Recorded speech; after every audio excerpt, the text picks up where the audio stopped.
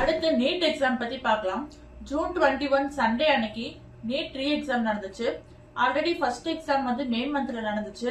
அதுல question paper leak அவுட்னால இப்ப திரும்பி ரீ எக்ஸாம் நடந்திருக்கு. The NEET UG 2026 re-examination concluded today. So May month எழுதின நீட் எக்ஸாம் क्वेश्चन பேப்பரை விட இந்த क्वेश्चन பேப்பர் ரொம்ப டஃபா இருக்குன்னு தான் எல்லாரும் சொல்லிருக்காங்க. மெயினா பிசிக்ஸ் வந்து ரொம்ப டஃபா இருக்குன்னு ஸ்டூடண்ட்ஸ் எல்லாம் சொல்லிருக்காங்க. Several candidates said physics was tougher this time. Overall India 450 சென்டர்ஸ்ல நீட் எக்ஸாம் நடந்துச்சு. மொத்தம் 2.2 மில்லியன் 22 லட்சம் மாணவர்கள் இந்த நீட் எக்ஸாம் எழுதி முடிச்சிருக்காங்க. இந்த நீட் எக்ஸாம்ல நடந்த சுவாரஸ்யமான சம்பவங்கள் என்னன்னு பார்க்கலாம். ஃபர்ஸ்ட் வந்துட்டு நாக்பூர்ல ஒரு ஸ்டூடெண்டோட எக்ஸாம் லொகேஷன் சென்டர் வந்துட்டு அபுதாபின்னு போட்டிருந்துச்சு. இது ஒரு தொழில்நுட்ப கோளாறுன்னு சொல்லியிருந்தாங்க.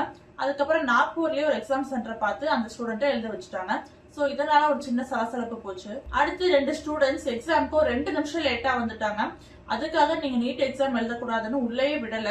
அந்த அதிகாரிகள்கிட்ட ரொம்பவே கெஞ்சி பார்த்தாங்க, அழுது பார்த்தாங்க. ஆனா கடைசி வரைக்கும் அந்த ஸ்டூடெண்ட்ஸ் எக்ஸாம் எழுதவே விடல. அந்த ஸ்டூடெண்ட்ஸ் மீடியா கவரேஜ் பண்ணிருக்காங்க. அவங்க அழுகிறத பார்த்தா ரொம்ப பாவமா இருக்கு. இது ரொம்ப வருத்தமான செயல் தான். இதே மாதிரி பெங்களூர்ல ஒரு ஸ்டூடெண்ட் வந்து 2 நிமிஷம் லேட்டா வந்திருக்காங்க. அவங்களையும் உள்ள விடல. உடனே அந்த அப்பா தன்னோட மகளை எப்படியாவது எக்ஸாம் எழுத விடுங்கன்னு சொல்லி கெஞ்சி ரோட்ல படுத்து உருண்டு அழுகுறாரு. அதை பாக்குறப்ப நம்ம நெஞ்சமே பதறது.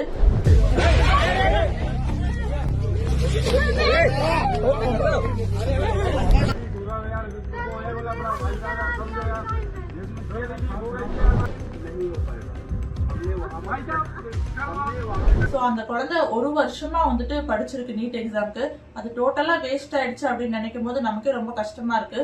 சோ கடைசி வரைக்கும் ஆனா அந்த ஸ்டூடெண்ட் உள்ள விடவே இல்லை. என்னதான் டைமிங் இம்பார்ட்டன்டா இருந்தாலும் பங்க்சுவாலிட்டி ரொம்ப முக்கியமா இருந்தாலும் இது வந்துட்டு ஒரு பெரிய என்ட்ரன்ஸ் எக்ஸாம். அந்த ஸ்டூடெண்டோட வாழ்க்கை எதிர்காலத்தை தீர்மானிக்கிற ஒரு எக்ஸாம். சோ அதுக்கு வந்து 2 நிமிஷம் லேட்டா வந்தாலும் பரவாயில்ல. ஏன்னா பெங்களூர்ல டிராபிக் பத்தி நம்ம எல்லாருக்கும் தெரியும். மக்கள் தொகை அதிகமாயிடுச்சு. இது ரொம்பவே வருந்தக்கூடிய செயல் தான். பேரண்ட்ஸ்க்கு ரொம்ப அதிருப்தியா இருக்கு. இந்த மாதிரி லேட்டா வந்தாலும் ஸ்டூடெண்ட்ஸ் எல்லாம் கண்டிப்பா உள்ள விடணும்னு பேரண்ட்ஸ் எல்லாம் கோரிக்கை வச்சிருக்காங்க. அடுத்து இந்த நீட் எக்ஸாம்ல ஒரு ஷாக்கிங்கான நியூஸ் என்னன்னா 9 பேர் ஆள் மாறாட்டம் பண்ணிருக்காங்க. நம்ம எல்லாருக்கும் தெரியும் நீட் எக்ஸாம்ல பாதுகாப்புலாம் எப்படி இருக்கும், செக்கிங் எல்லாம் எப்படி இருக்கும்னு. ஒரு ராணுவ பாதுகாப்பு மாதிரிதான் நீட் எக்ஸாம் பாதுகாப்பும் இருக்கும். செக்கிங் எல்லாம் வந்துட்டு ஸ்டூடெண்ட்ஸோட உள்ளாடை முதற்கொண்டு செக் பண்ணி தான் அனுப்புவாங்க. கேர்ள்ஸுக்கு வந்து கம்மல், செயின், வாட்ச் இந்த மாதிரி எதுவுமே போடக்கூடாது அப்படின்னு சொல்லி செக்கிங் எல்லாம் பக்காவா இருக்கும். பட் இந்த எல்லா செக்கிங்கையும் தாண்டி பீகார்ல லக்கிசாராய்ன்ற இடத்துல 9 பேர் வந்து ஆள்மாறாட்டம் பண்ணி சிக்கியிருக்காங்க. அடுத்து இந்த நீட் எக்ஸாம் ஒரு நார்மல் என்ட்ரன்ஸ் எக்ஸாம் நம்ம நினைச்சிட்டு இருக்கோம். ஆனா வந்து ஸ்டூடெண்ட்ஸ்க்கு இந்த ப்ரெஷரை வந்து தாங்க முடியல. ரீ எக்ஸாம்னு சொன்னதுல இருந்து இப்ப வரைக்கும் டோட்டலா 13 ஸ்டூடெண்ட்ஸ் வந்துட்டு இறந்திருக்காங்க.